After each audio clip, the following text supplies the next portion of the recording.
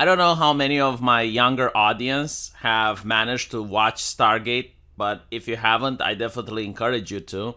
I've been rewatching Stargate SG-1 recently, and it holds up today. It is a very beautifully written and wholesome show that represents the magic of the 90s, in which humanity manages to gain access to an alien artifact, allowing for travel to distant worlds.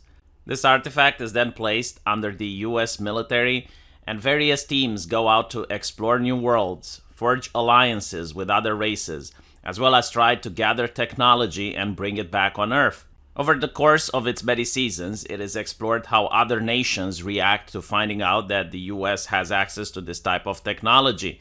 It shows mankind using the alien artifacts they gathered over the years to create their own starships. And of course, it shows the bravery of the US soldiers fighting against various alien threats. What's also interesting about the show is the chemistry that the various characters have towards each other, each member of the team contributing equally with their various areas of expertise in order to complete the mission. Various relationships and plot lines form between the members of the team, which carry on throughout many episodes. As such, I would say that the soul of Stargate is to show people from various walks of life working together in order to achieve a common goal. It is also trying to display a wholesome future. Not one that's perfect, like Star Trek, but one in which humanity, even though it has flaws, it always tries to do the right thing. The show also tries to portray a positive view of the United States as well as the other world governments. Russia and the US managed to work together in order to stop alien threats. The United States itself is being portrayed as a positive force. While the show does acknowledge that there is elements of corruption within the government, and there are people who prefer to put their personal interests in front of the quote-unquote common good, those people are eventually defeated. The theme of most episodes is that good triumphs over evil.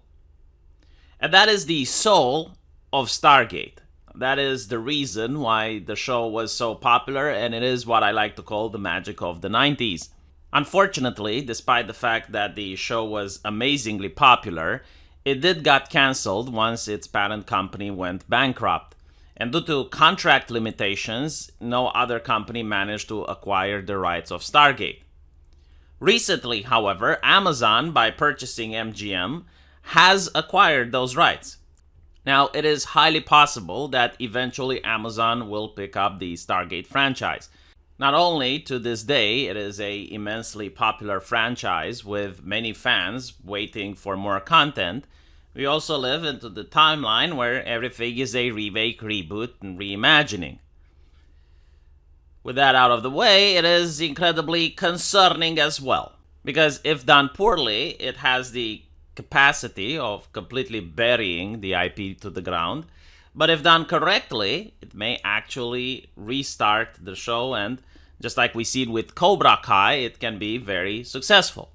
I do believe, however, that Amazon is going to end up disappointing the fans. They are going to do the modern marketing of fan baiting, and they are going to, unfortunately, not bring something worth watching on the streaming service. The reason that I believe this to be the case is that one of the co-creators involved with the original show has already written a script previously for a new Stargate series. I have looked at some of the concepts that he talked about, and they do seem to be amazing. Apparently, humanity is going to progress even further, and they are going to design their own Stargate, one that spins incredibly fast and then locks all the chevrons in a millisecond. But not only that, the Stargate project is going to be made public. So it's going to be very interesting to see the levels of politics and the discussions that the average people are going to have regarding alien races and the capability of traveling to a new world.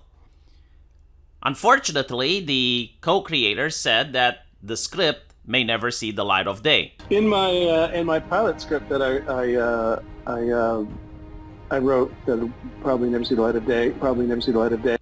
This is due to the fact that Amazon seems to have ghosted him. Deja vu, I've just been to space before. This is very similar to what happened with Lord of the Rings, where Amazon refused to collaborate with the man responsible for making that franchise a worldwide IP.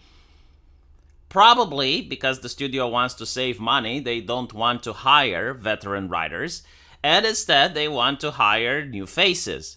The problem with the new faces is that we already know the type of stories that they make. They do have the capacity of making Stargate woke.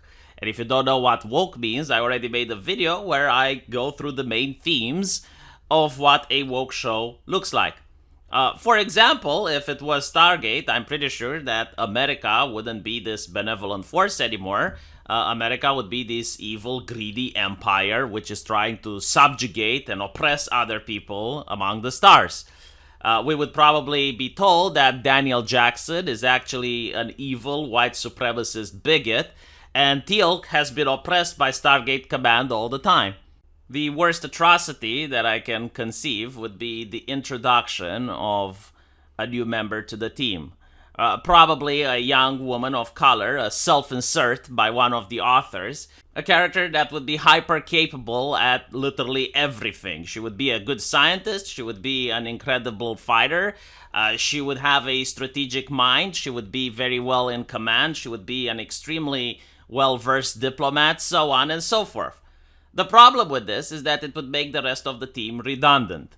In the past, Stargate did have people of various races, ethnicities, and genders on its team, but they were all made within the logic of the universe. They were never capable at everything.